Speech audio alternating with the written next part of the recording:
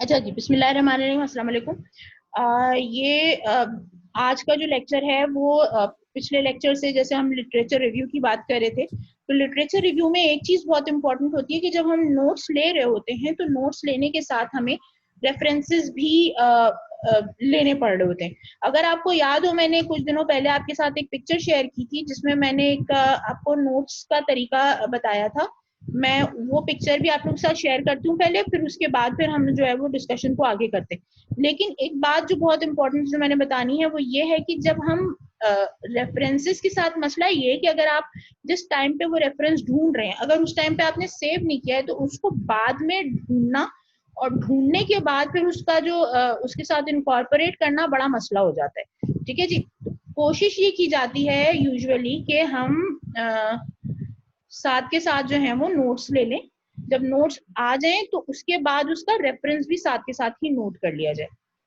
अच्छा, ये एक पिक्चर है जो मैं आपके साथ पहले शेयर कर रही हूँ, पहले आप इसको देख लीजिए। ये हम इसके ऊपर पहले बात कर चुके हैं। जैसे ये वाली जो पिक्चर है आप लोगों ने नोट की होगी, मैंने आप लोगों को आपके ग्रुप पे अपलोड भी कर दी थी।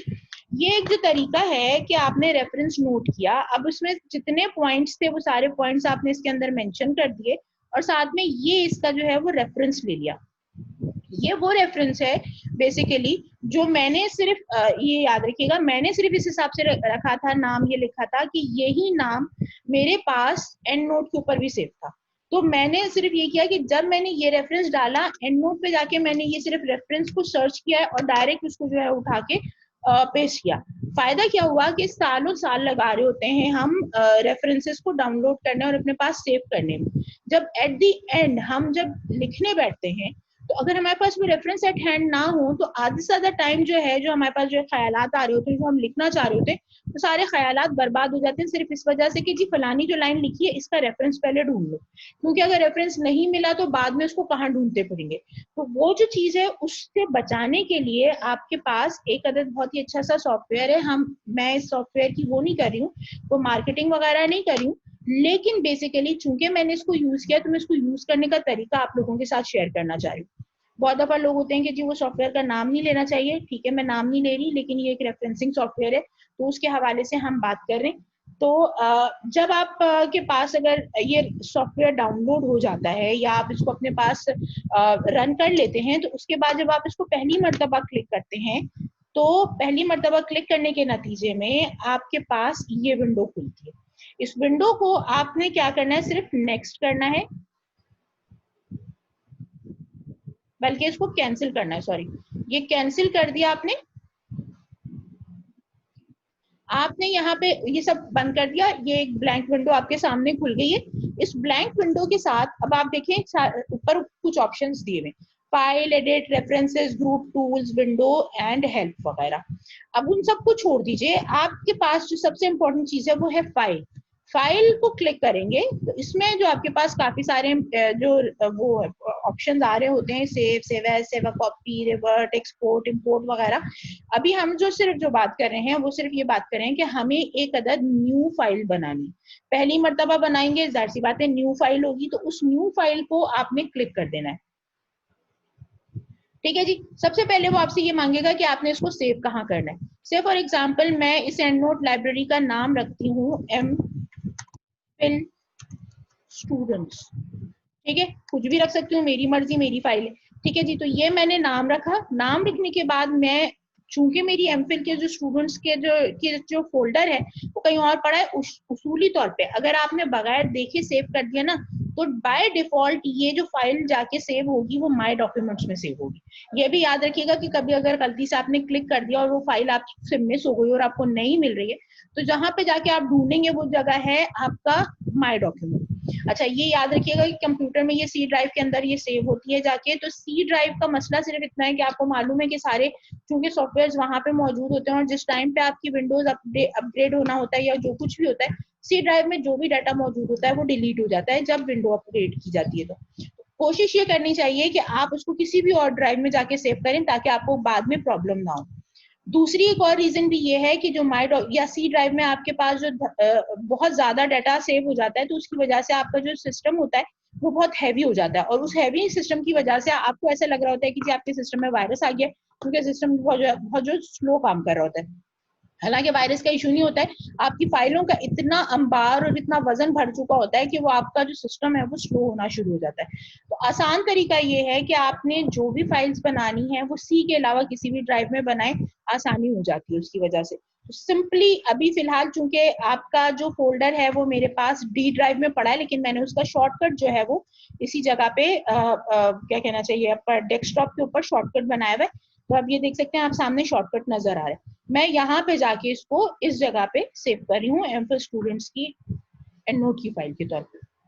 अब जब मैंने इसको सेव कर दिया तो अब ये मेरे पास एक वेकेंट विंडो खुल गई है। अब ये मेरी फाइल है जिसके अंदर मुझे रेफरेंसेस डाउनलोड करने हैं या रेफरेंसेस को सेव करना है, व्हाटएवर जो भी मुझे करना है वो मुझे यहाँ पे करना है।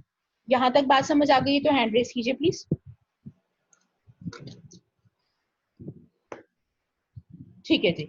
अब जो इम्पोर्टेंट चीज है जो आपको करने की जरूरत है वो ये है कि इसी को सामने देखते हुए एक और चीज मैं आपके साथ शेयर करूंगी, ताकि मैं आपको साथ साथ कोरिलेट करवाती जाऊं कि चीजें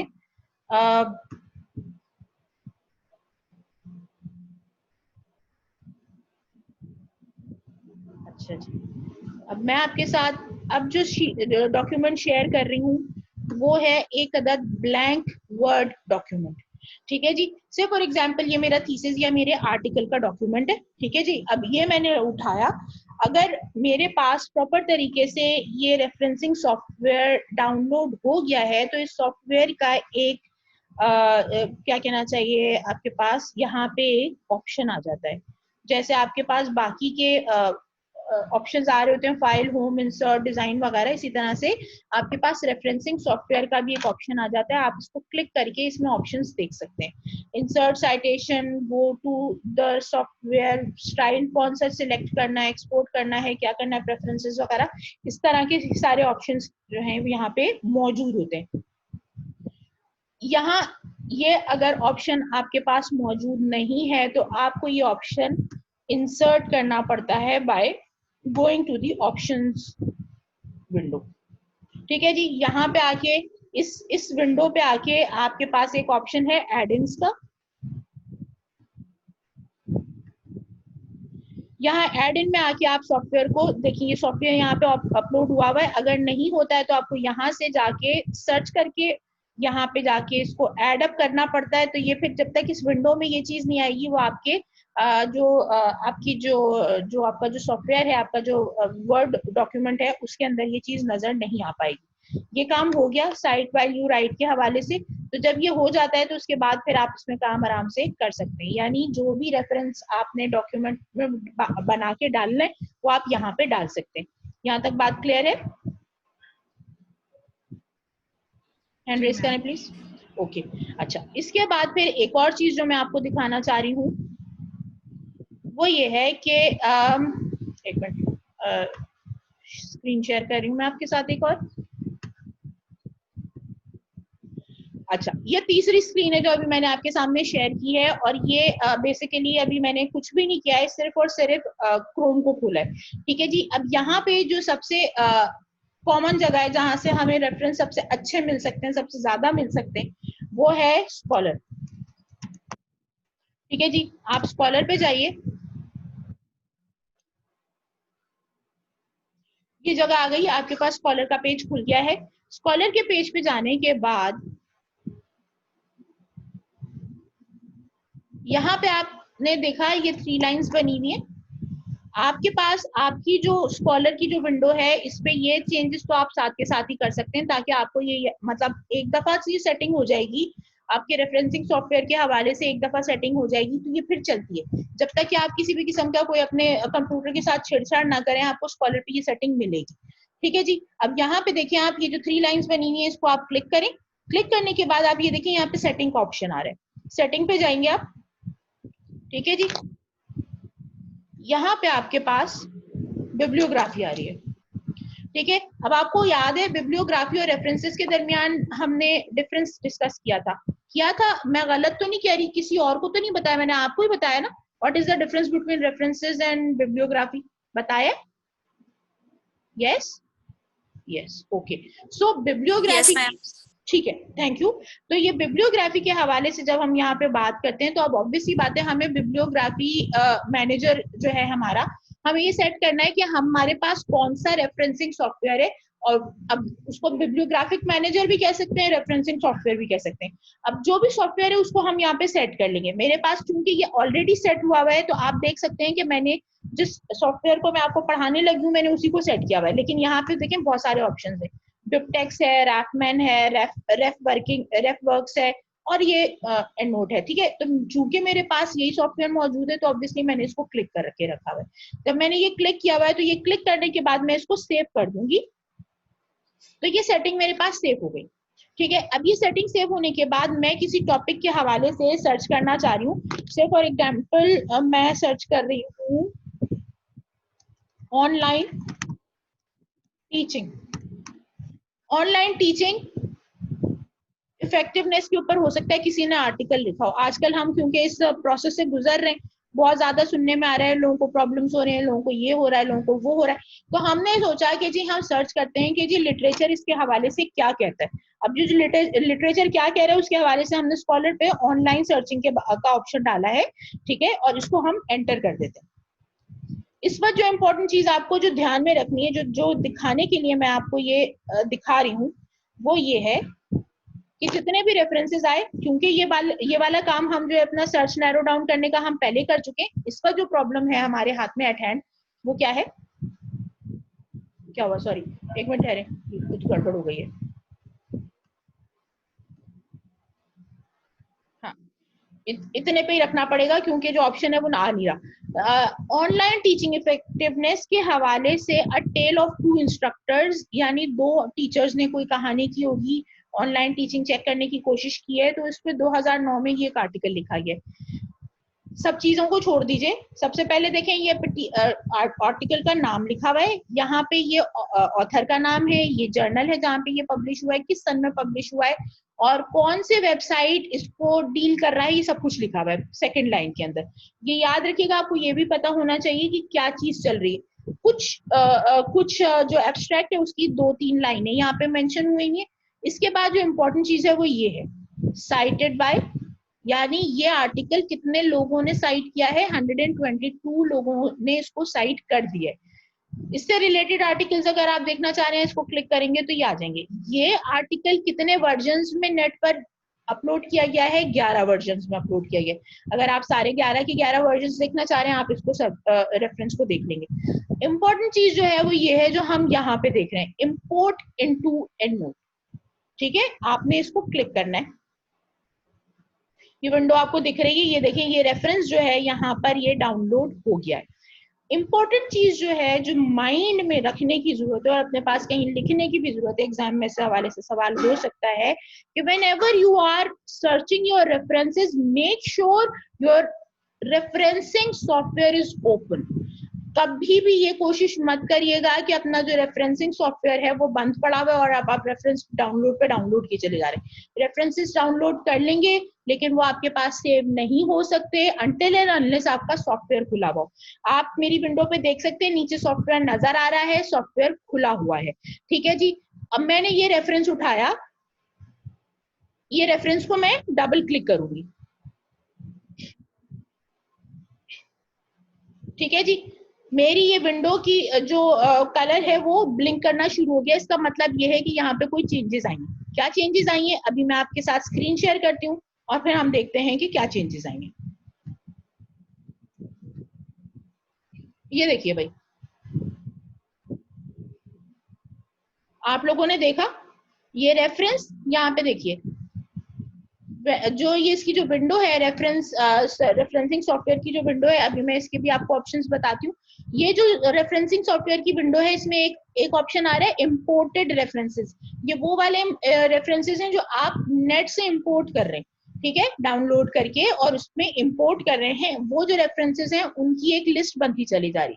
इस टाइम पे आपने एक रेफरेंस इंपोर्ट किया है तो देखिए इंपोर्टेड रेफरेंस ये आ गया। चूंकि इस फाइल में हमारे पास ये एक ही रेफरेंस है फिलहाल, तो यहाँ पे ऑल रेफरेंसेस में भी नंबर 1 लिखा हुआ है। इनको किसी फाइल में अभी हमने डाला नहीं है। फाइल से मुराद क्या है, कोई डॉक्यूमेंट जिसमें आपने उसको जाके रेफरेंस को डालना है, उधर आपने चूंकि इसको डाला नहीं है, इस वजह से यहाँ पे भी यही एक बना रहा है अनफाइल्ड रेफरेंस है, वरना यहाँ पे आपकी फाइल का नाम आ जाता है और उस फाइल के नाम के साथ जो है रेफरेंस के नंबर आ रहे होते हैं। आपने किसी भी रेफरेंस को अभी तक डिलीट नहीं किया तो यहाँ पे ये आपका ट्रैश 0 दिखा रहा है। अब होता ये कि कभी आपके पास मल्टीपल रेफरेंसेस डाउनलोड हो जाते हैं और आपको हर दफा कंफ्यूजन हो रहा होता है कि जी कौन सा वाला रेफरेंस हमने इस्तेमाल किया था, तो आप सिंपली जो अगर आपके पास डुप्लीकेशन हुई है या अनवांटेड रेफरेंसेस हैं तो आप उनको डिलीट कर सकते हैं। जब डिलीट करेंगे तो आपके ट्रैश के ऊपर नंबर आना शुरू हो जाएगा कि कितने रेफरेंसेस हैं जो आपने डिलीट किए। यहाँ पे आप ग्रुप्स बना सकते हैं। से फॉर एग्जाम्पल आपने अपने थीसिस के लिए एक समझ लें कि आप अपना थीसिस लिखना शुरू किया है आपने, ठीक है। अब आप उस थीसिस के हवाले से मुख्तलिफ चैप्टर्स हैं, हर चैप्टर के अलग रेफरेंसेस हैं। अब आप ये चाह रहे हैं कि आप अपने रेफरेंसेस को फर्दर ऑर्गेनाइज कर सकें और आपको पता हो कि जी मैंने कौन से चैप्टर में कौन से रेफरेंसेस डालें, तो यहाँ पे आप ग्रुप में ऐड करेंगी, क्रिएट ग्रुप, ठीक है जी। नए ग्रुप का नाम दे सकते हैं हम, से फॉर एग्जांपल चैप्टर 1, ठीक है जी। दूसरा ग्रुप बनाना चाह रहे हैं, एक और ग्रुप बना दिया, चैप्टर 2। तीसरा ग्रुप बनाना चाह रहे हैं, इसमें से एक आर्टिकल निकाल रहे थे, आर्टिकल का। अब समझ में आ रही है? इस तरह से आप जितने चाहें ग्रुप्स बना सकते हैं और आप अपने रेफरेंसेस को उसमें सॉर्ट कर सकते हैं कि आपने चैप्टर 1 के जो रेफरेंसेस हैं वो चैप्टर 1, अच्छा ऑल रेफरेंसेस में सब शो हो रहे होंगे, लेकिन जब आप चैप्टर 1 क्लिक करेंगे तो चैप्टर 1 में जितने रेफरेंसेस हैं वो सारे के सारे आपके चैप्टर 1 में आ जाएंगे। अच्छा, ये ऑनलाइन सर्च ऑप्शंस हैं, ठीक है जी। इनमें आपके पास डिफरेंट, इसको थोड़ा सा चौड़ा करके भी हम देख सकते हैं, यहाँ पे अगर आप चाहो तो ये चौड़ा हो जाता है, नहीं हो रहा,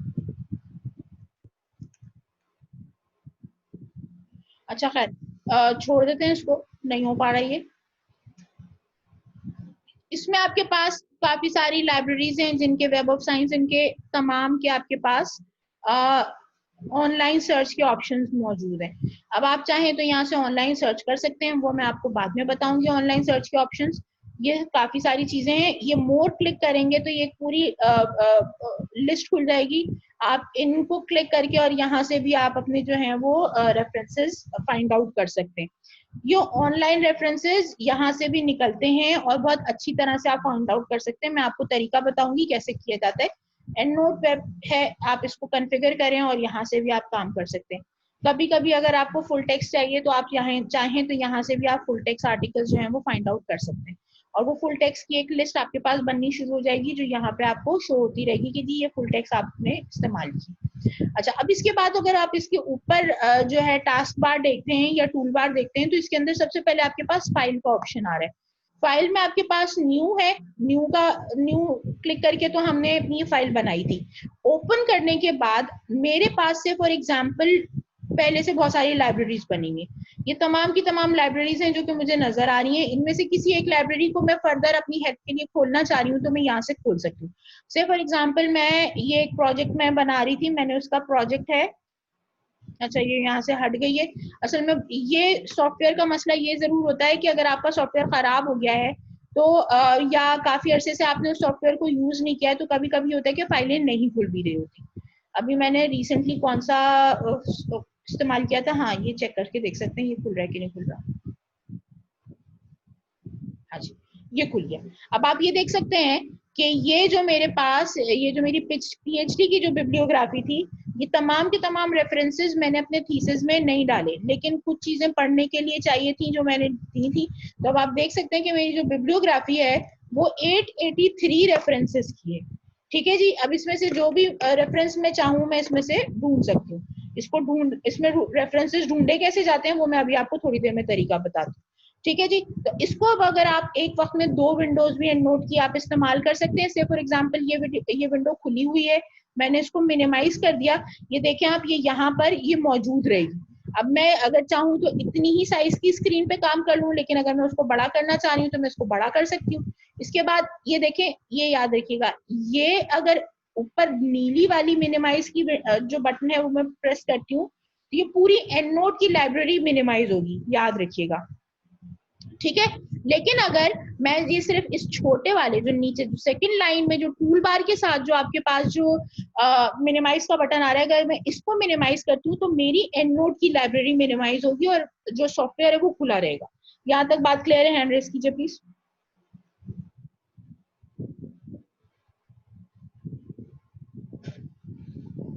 ओके, तो अब मुझे कौन सी फाइल इस्तेमाल करने की जरूरत है? मैं देख सकती हूँ मेरे पास 3 3 4 4 एंड नोट के रेफरेंसेस की भी फाइल्स खुल सकती हैं, कोई मुजायका नहीं है इसमें। अभी मैं इसमें से बताती हूँ कि एक एंड नोट की फाइल से दूसरे एंड नोट की फाइल में रेफरेंसेस इंपोर्ट कैसे किए जाते हैं वो भी। अच्छा, अब मैं इसको बड़ा करना चाह रही हूँ। फॉर एग्जाम्पल मैंने इसको क्लिक किया यहाँ पे, ये मेरे पास दोबारा से वही वाली फाइल खुल गई जो अभी हम जिसपे काम कर रहे थे।